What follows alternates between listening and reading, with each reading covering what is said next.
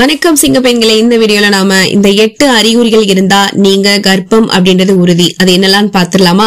Early pregnancy symptoms பத்தி தான் இந்த வீடியோல பார்க்க போறோம். வாங்க வீடியோக்குள்ள போயிடலாம். இன்னைக்கு வாழ்க்கை சூழல்ல கர்ப்பம் தரிக்கிறதுன்றது பலரிடையே ரொம்பவே சவாலான காரியமா இருக்கு.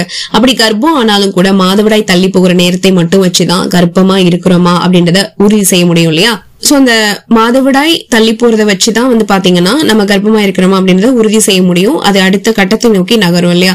இன்னும் சொல்லணும்னா சினிமாவில காட்டுறது மாதிரி வாந்தி, தலை சுற்றல் இந்த மாதிரியான அறிகுறிகளை நம்ம சொல்லலாம். ஆனா இந்த அறிகுறிகளை தாண்டி ஒரு பெண்ணோட உடல் கருவை சுமக்க துவங்கியதுல இருந்து முதல் நாள்ல இருந்தே அதற்கான அறிகுறிகளை காட்ட தொடங்கிடும். என்னென்ன அப்படிங்கறத தெரிஞ்சுக்கிட்டா அதுக்கேத்த மாதிரி ஜாக்கிரதையா இருக்கு கர்ப்பிணிகளுக்கு உதவும் இல்லையா? அதுக்காக தான் இந்த வீடியோ. இதை நீங்க ஸ்கிப் பண்ணாம பாருங்க. ஏர்லி பிரெக்னன்சி சிம்டம்ஸ் பத்தி அந்த வீடியோல பார்க்க போறோம் சொல்லியிருந்தேன். ஓகே, மாதவிடாய் சுழற்சிங்க. இப்ப நம்ம சொன்னது மாதிரி மாதவிடாய் சுழற்சி தள்ளி போனா இதை கர்ப்பம் தரித்ததற்கான அறிகுறியா எடுத்துக்கலாம். காரணம், கர்ப்ப காலத்துல நஞ்சு கொடியால உற்பத்தி செய்யப்படுற HCG ஹார்மோன் சுரக்கும். இது பாத்தீங்கன்னா கருவை சுமப்பதற்கு தயார் பண்றது மட்டும் இல்லாம மாதவிடாயை நிறுத்துமாறு உடலுக்கு சொல்லுது. இந்த ஹார்மோன் கர்ப்பம் தரித்த நாள்ல இருந்து தொடங்கி 10 வாரங்கள் வரைக்கும் அதிகரிச்சுக்கிட்டே இருக்கும். அதனால மாதவிடாய் தள்ளி போனதுக்கு அப்புறம் வீட்லயே கர்ப்பத்தை உறுதி செய்யற பிரெக்னன்சி கிட் மூலமா கர்ப்பத்தை நீங்க உறுதி செஞ்சுக்கலாம். அடுத்ததா வாசனை திறன். பொதுவா கர்ப்ப காலத்துல வாசனை திறன்கள்ல சில மாற்றங்கள் ஏற்படும். சில நேரங்கள்ல சாதாரணமா லேசா வர்ற வாசனைகள் கூட கர்ப்பிணிகளுக்கு வாசனை திறன் மிக அதிகமா இருக்கும்.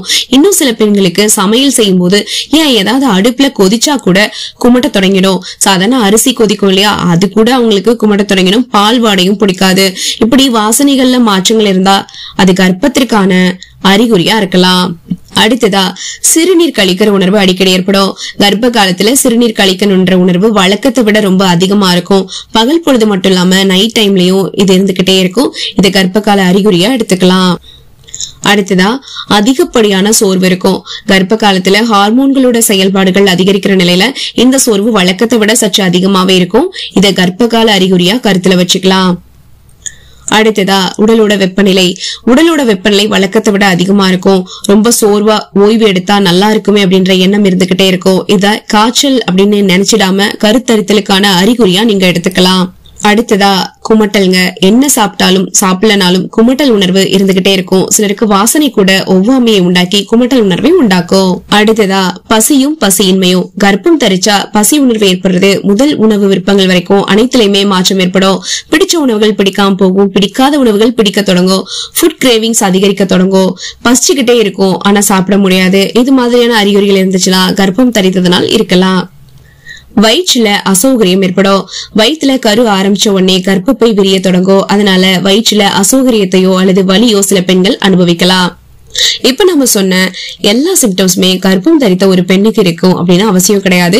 கர்ப்பகால அறிகுறி அப்படின்றது பெண்ணுக்கு பெண் உடல் வாகை பொறுத்து மாறுபடும். அதனால கர்ப்பம் தரிக்கிறத எதிர்பார்த்திருக்கக்கூடிய பெண்கள் இந்த அறிகுறிகளை கவனிக்கிறது அவசியங்க. அதே நேரம் இந்த அறிகுறிகளை அறிந்ததும் நீங்களா முடிவெடுக்கவும் செய்யாம மருத்துவரை அணுகி பரிசோதனை பண்ணி உறுதி செய்யறது ரொம்ப ரொம்ப முக்கியம்.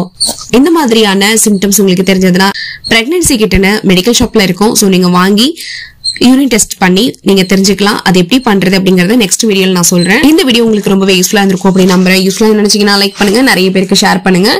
மேலும் இது போன்ற வீடியோக்களுக்கு நீங்க நம்மளுடைய சேனலை சப்ஸ்கிரைப் பண்ணி சப்போர்ட் பண்ணுங்க. அகைன் உங்களை நெக்ஸ்ட் ஒரு யூஸ்ஃபுல்லான வீடியோல மீட் பண்றேன். Until then, thank you so much. Take care all.